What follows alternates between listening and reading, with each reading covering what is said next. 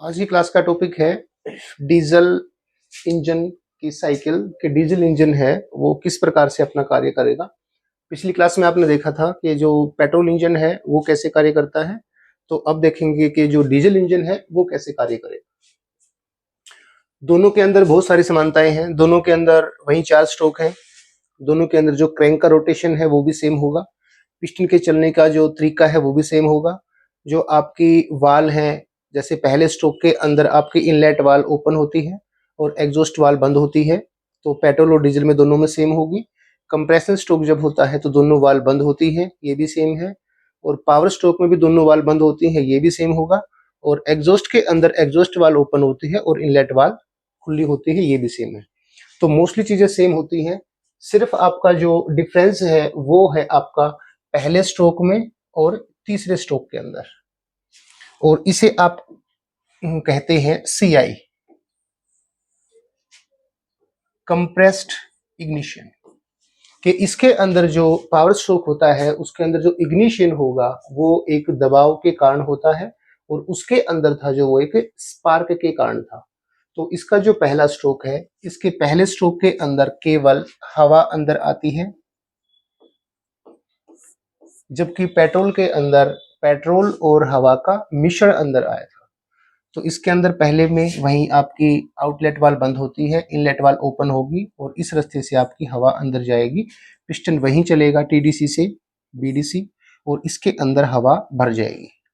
उसके बाद जैसे ही आप अगले स्टॉप पे जाते हो तो यहाँ पे हवा को कंप्रेस्ड किया जाएगा, और इसका जो कंप्रेशन रेशियो होता है वो होता है 15:1 से 23:1, 15:1 से 23:1, या आप इसे 14:1 से 22:1 तक भी कह सकते हैं।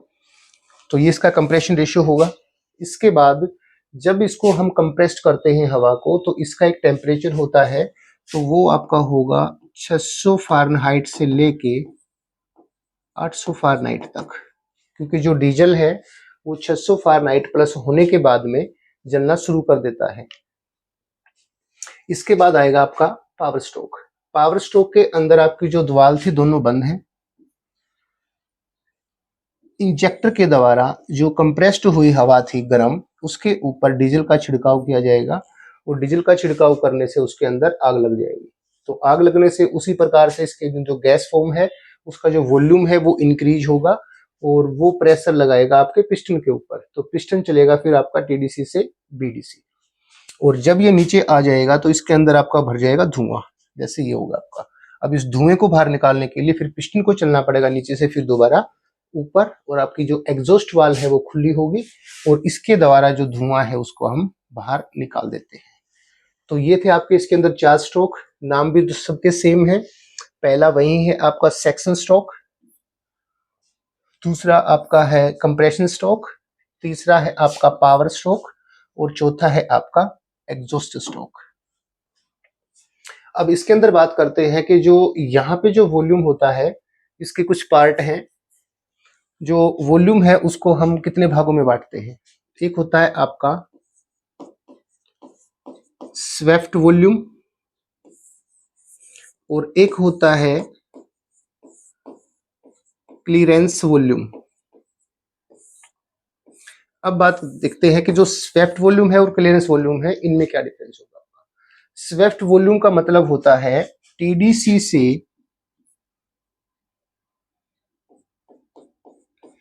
BDC के बीच सिलेंडर में जितनी हवा भरी जाएगी वो आपका कहलाएगा स्वेफ्ट वॉल्यूम। इसके बाद आता है आपका क्लीयरेंस वॉल्यूम। क्लीयरेंस वॉल्यूम होता है कि जैसे आपको दिख रही होंगी ये वालों को खुलने के लिए कुछ मार्जिन छोड़ा जाता है, इस मार्जिन में जितनी भी हवा आएगी उसका जो वॉल्यूम होगा वो आपका क्या कहलाएगा, वो कहलाएगा आपका क्लीयरेंस वॉल्यूम। अगर बात करें हम टोटल, तो अगर इन दोनों को जोड़ दिया जाए,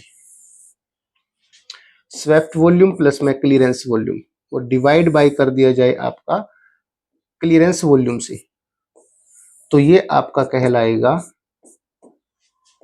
कंप्रेशन जो रेशियो बनता है आपका, जैसे 15:1 था या 23:1 था, तो ये आपका हो जाएगा कंप्रेशन रेशियो। तो कंप्रेशन रेशियो निकालने के लिए हम क्या करेंगे, स्वेप्ट वॉल्यूम और क्लियरेंस वॉल्यूम को जोड़ लेंगे और उसको डिवाइड कर देंगे हम क्लियरेंस वॉल्यूम से। तो जो आपका ये 15:1 या 23:1 आता है, इसे हम बोलते हैं कंप्रेशन रेशियो, कि इतनी जगह की वॉल्यूम को हमने इतनी जगह पे इकट्ठा कर दिया। तो ये था आपका डीजल इंजन। और डीजल इंजन के अंदर क्रैंक शाफ्ट की बात करें तो वो भी सेम होता है, 1/2 राउंड इसके होंगे, 1/2 इसके होंगे, 1/2 और 1/2। तो वही जो क्रैंक है आपकी, वो भी इसके अंदर एक स्ट्रोक के अंदर अपने 2 चक्कर पूरे करती है। और इसी के साथ में ऊपर एक केम लगी होती है वालों को खोलने के लिए। अगर इसका रेशियो पूछा जाए तो ये होता है 2:1।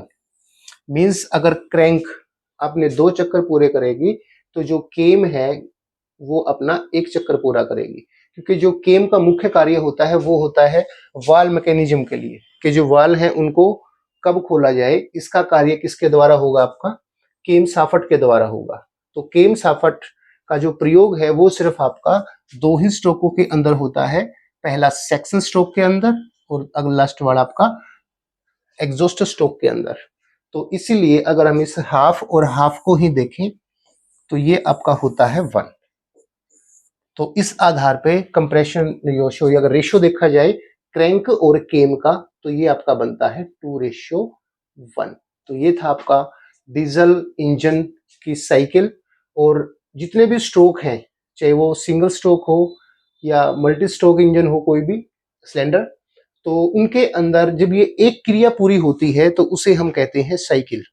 इसका मतलब 4 स्ट्रोक इंजन के अंदर 4 स्ट्रोक जब पूरे होते हैं तो एक साइकिल बनती है। इट्स मीन्स पहले स्ट्रोक पे दूसरे पे जाएगा, तीसरे पे, चौथे पे, दोबारा फिर वापस आएगा आपका पहला स्ट्रोक। तो ये जो क्रिया बनेगी ये आपकी क्या कहलाएगी, साइकिल। और स्ट्रोक मैंने आपको बताया था सिर्फ पिस्टन का ऊपर से नीचे या नीचे से ऊपर जाना एक स्ट्रोक कहलाएगा। और स्ट्रोकों को प्लस कर दिया जाए और अगर वो साइकिलिंग में चलना शुरू कर दे तो वो आपकी एक साइकिल कहलाएगी।